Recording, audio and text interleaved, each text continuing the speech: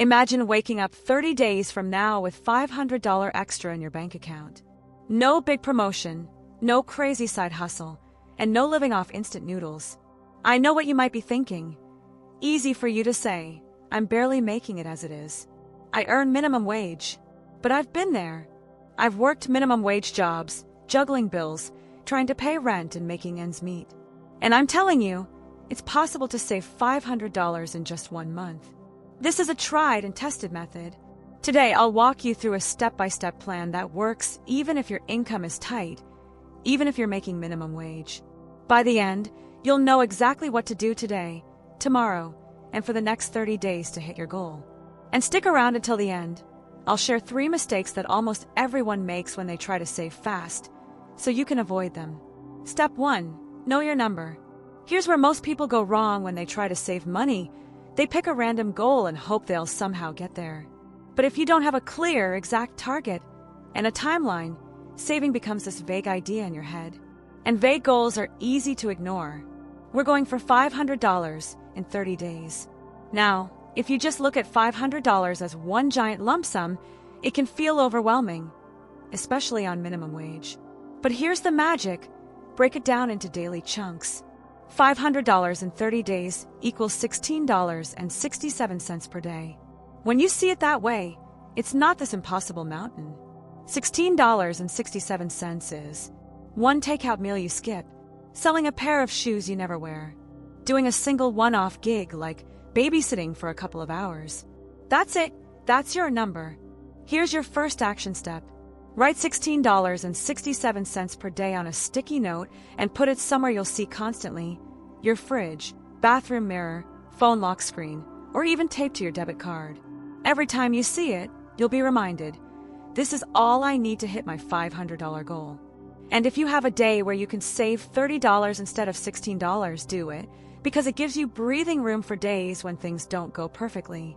Knowing your number turns saving from a wish into a plan, and that's the first step to making this real. Step 2, the zero-waste paycheck method. Here's the thing. Most of us don't need a money-making problem solved first. We need to fix our money-leaking problem. And it all starts with knowing exactly where your cash is going.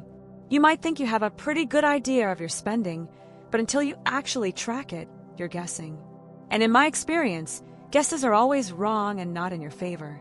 For the next 30 days, I want you to track every single dollar that leaves your hands. Not most dollars. Not big purchases only. Every single dollar. And yes, that includes the $2 bottle of soda, the $1.29 candy bar, the $4 quick coffee run before work. These little costs don't feel like much, but add them up over a month and you'll see they're quietly draining your wallet. Here's how to do it. 1. List your income and fixed bills, rent, utilities, phone, transportation. These are your non-negotiables. 2. Whatever's left after those is your spending pool, and that's the number we're going to manage. 3. Track every expense in that spending pool for the entire month. You can use a budget app like Mint, every dollar, or just grab a notebook and pen. You might be thinking, do I really need to write down a $1 pack of gum? And the answer is yes. The whole point is to make yourself aware of your patterns. I've seen this method change people's finances in 1 month. One subscriber told me they found $187 in leaks in just 3 weeks. That's over 1/3 of our $500 goal, and they didn't earn a single extra dollar. All they did was notice where their money was escaping and plug the holes. Think of it like filling a bathtub. If there's a leak, it doesn't matter how fast you turn on the faucet, you'll never fill it up until you patch the hole. So for 30 days, your job isn't to be perfect, it's to be aware. Once you see where the leaks are, you can decide which ones to plug first, and that's when saving becomes almost automatic. Step 3, the 3 quick wins. Now that you're tracking your spending, it's time to go after the biggest wins first. Why? Because cutting a $150 monthly expense takes the same effort as cutting a $5 expense, but gets you way closer to your goal. I call these the big 3. 1. Food. This is usually the number 1 budget killer and the easiest to fix quickly. When you eat out or grab takeout, you're paying for convenience, packaging, and labor, not just the food. Let's say you buy lunch at work 4 times a week at $12 each time. That's $192 a month just for lunch. If you bring your own meals, you could cut that cost down to $40 to $50. That's an instant savings of $140 plus right there. Quick food savings tips. Meal prep 2 to 3 times a week so you're not tempted to grab fast food when you're tired. Use cheaper staples, rice, pasta, oats, beans, eggs, frozen veggies. They're filling, healthy, and cost pennies per serving. Cut drinks, soda, bottled water, energy drinks, and switch to filtered water. Cutting out just your morning coffee shop habit, $5 a day, 5 days a week, that's $100 saved in 20 days. And you can still drink coffee, just brew it at home for 30 cents a cup. 2. Subscriptions. The average person underestimates how much they're paying in subscriptions. You might be paying for Netflix, Hulu, Disney+, Spotify, Amazon Prime, and maybe you're not even watching or listening to half of them. Here's the mindset shift. You're not canceling forever, you're pausing for 30 days. If you really miss it, you can bring it back later. If you pause even 3 services that cost $10 to $15 each, that's $30 to $45 saved instantly.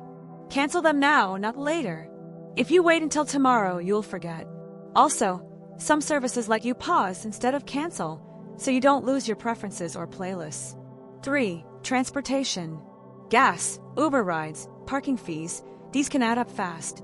If you're driving every day, try carpooling with a coworker, taking public transit a couple of days a week, or walking/biking for shorter trips. If you cut just 2 Uber rides a week at $15 each, you save $120 in 1 month. That's almost 1/4 of our goal right there. And if you drive, think about batching errands. Instead of making 3 separate trips, combine them into one. That's less gas used and less temptation to spend while you're out. Step 4. Quick money boosters. Cutting expenses gets you part of the way to $500, but if you want to hit your goal even faster, you need to increase your income temporarily. And no, I'm not talking about starting a new long-term side hustle. I'm talking about quick wins that you can do in the next 30 days, even if you only have a few extra hours here and there. 1. Sell unused items. I can almost guarantee you have cash sitting around your home. It's just in the form of stuff you don't use anymore. Old clothes, shoes, electronics, small furniture, and used kitchen gadgets. They're all worth money to someone. 2. One-off gigs. You'd be surprised how many people are willing to pay for small jobs you can do without special training. Babysitting, pet sitting, walking dogs, mowing lawns, helping someone move, cleaning garages. These are quick cash gigs. Ask friends, family, and neighbors if they need help. Even if you did just 2 $50 jobs and 3 $30 jobs in a month, that's $190 extra. Combine that with expense cuts, and you're flying past your goal. 3. Cashback and rewards apps. Okay, these won't make you rich, but if you're already buying something, why not get money back? Apps like Rakuten, Ibotta, and Fetch Rewards give you cashback or gift cards for regular shopping. I had a friend tell me they made $32 in gift cards from Fetch in a month just scanning receipts they were going to throw away anyway. That's a tank of gas covered for free. 4. Temporary extra hours at work, if possible. If your job allows it, ask for an extra shift or some overtime hours for 1 month. Even an extra 5 hours a week at $15 per hour is $300 in 4 weeks. That's more than half your $500 goal. And remember, this doesn't have to be forever. Just 30 days of extra push can make a huge difference. The key with money boosters. You don't need to do all of these. Pick 2 or 3, hit them hard for the month, and stack them on top of your expense cuts. That's how you go from struggling to save to hitting your goal ahead of schedule. Step 5. Bank it before you spend it. Let me be honest with you. The fastest way to blow through your savings is to leave it sitting in your main checking account. Why? Because every time you see that balance, your brain says, "Ooh, I have money to spend." It's not because you're bad with money, it's human psychology. We spend what we can see and access easily. That's why I live by this rule. Bank it before you spend it. The moment you save or earn extra, whether it's $10 from skipping lunch out, $50 from selling something online, or $100 from an extra shift, you transfer it immediately to a separate account. And this account should not be the same account your debit card pulls from.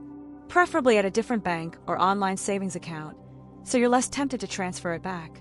Nickname something motivating like my $500 fund or freedom account. Here's the secret. Saving isn't just about the money you put away. It's about protecting that money from yourself until you actually need it for your goal. So, every time you make a saving win, don't wait, don't think, just move it. Watching that separate account grow day by day is one of the most motivating feelings you'll ever have. Now, before you run off and start saving, let's talk about the 3 mistakes that can destroy your progress before you even hit that $500. If you can avoid these, you'll not only save faster, you'll keep that money in the bank. Mistake number 1, waiting for the perfect time to start. A lot of people tell themselves, I'll start saving when I get a raise, or after the holidays, or once things settle down. But here's the truth, life never settles down. There's always a bill, a birthday, a car repair. If you start now, even with just $5 today, you're building the habit. Waiting for perfect conditions just means you'll be in the same spot 6 months from now, wishing you'd started earlier. Mistake number 2, only focusing on one side of the equation. Some people try to save just by cutting expenses. Others try to save only by earning more. Both work, but when you combine them, that's when you see big, fast results. Think of it like filling a jar with coins from the top while also plugging the hole in the bottom. You're attacking it from both sides. Cut your costs and boost your income, even if just a little on each side, and you'll hit your $500 goal much faster. Mistake number 3, not rewarding yourself along the way. This won't surprise people, but saving without any kind of reward can lead to burnout. If you're cutting everything and working harder, but never enjoying even a small win, you're more likely to give up. The trick is to build in tiny rewards that don't wreck your progress. For example, when you hit $250 saved, maybe you treat yourself to a $5 coffee or a favorite snack. When you reach the full $500, maybe you take $10 to $20 and enjoy something guilt-free. These small rewards keep you motivated without undoing your hard work.